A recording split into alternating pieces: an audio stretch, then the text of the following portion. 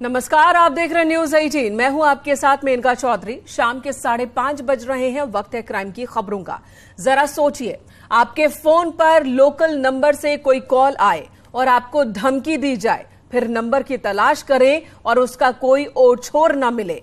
कुछ ऐसा ही होता है फर्जी टेलीफोन एक्सचेंज के जरिए।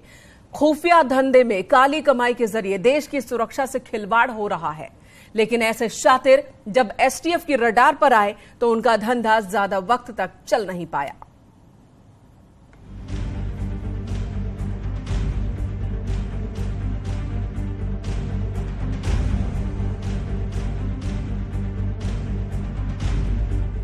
सात समंदर पार साजिश के तार।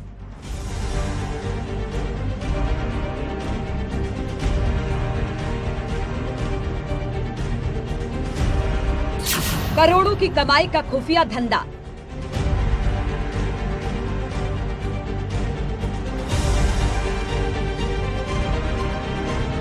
काले धंधे का फर्जी कॉल सेंटर। वो इंटरनेट की दुनिया के खतरनाक चेहरे हैं। वो इतने शातिर कि उन्हें कोई पहचान नहीं पाता। आपके फोन तक उनकी पहुंच है। सरकार की सुरक्षा में भी उनकी घुसपैठ है।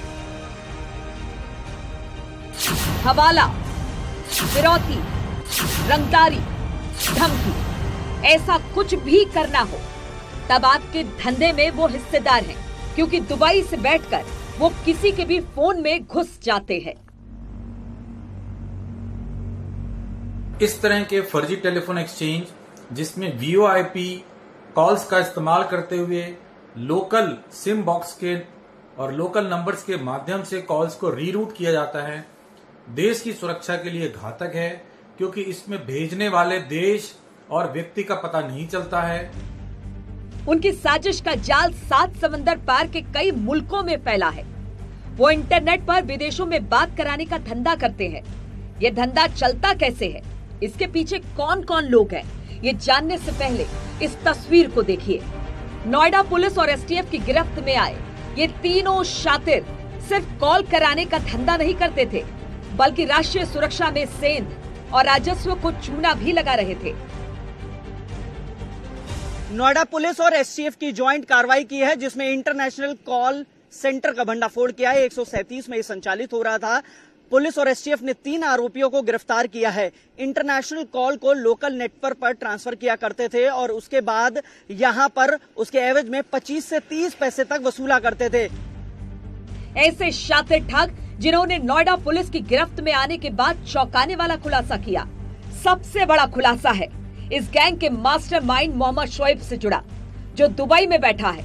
पुलिस को इस तरह के टेलीफोन एक्सचेंज के जरिए अवैध गतिविधियां अंजाम दी जा रही है, जिसके बाद एसटीएफ ने फर्जी टेलीफोन एक्सचेंज पर छापेमारी की। सिफी डाटा सेंटर नाम की कंपनी से ये टेलीफोन एक्सचेंज चल रहा था। यहाँ से कुल 3 आरोपी पकड़े गए हैं, जिनमें एक पूर्व रणजी प्लेयर भी शामिल है। इससे 2 नुकसान थे। सबसे पहला जो महत्वपूर्ण है वो नेशनल सिक्योरिटी को लेकर है और दूसरा भारत सरकार को करोड़ों रुपए के राजस्व की हानि हो रही थी। फिलहाल 3 लोगों को पकड़ा गया है और इनका जो मेन सेंटर है, जहां से ये संचालित हो रहा था, मेन सर्वर है, वो दुबई में है। दुबई में मेन सर्वर के थ्रू ये कॉल यहां पर लोकल नेटवर्क पर ट्रांसफर किया करते थे। फिलहाल अब आगे की ट्रेल बढ़ाई जा रही है, जांच की जा रही है, ये कब से चल रहा था। 3 लोगों को गिरफ्तार किया गया है और अब पुलिस और एसटीएफ आगे भी जांच कर रही है कि इस तरीके के कॉल सेंटर कहां पर चल रहे हैं। इनमें सबसे महत्वपूर्ण बात यह है कि एक आरोपी जो है वो पूर्व क्रिकेटर रहा है, जिसका नाम आशुतोष बोरा है। वो झारखंड की तरफ से अंडर 19 और अंडर 23 खेल चुका है।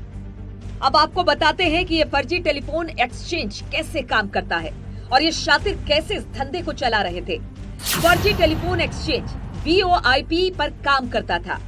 वीओआईपी या voice over internet protocol. VoIP calling internet के जरिए फ्री होती है। व्हाट्सएप कॉलिंग ठीक वीओआईपी तकनीक पर ही काम करता है। शातिर ठग इसी तकनीक का इस्तेमाल कर टेलीफोन एक्सचेंज के जरिए कॉल करवाते थे।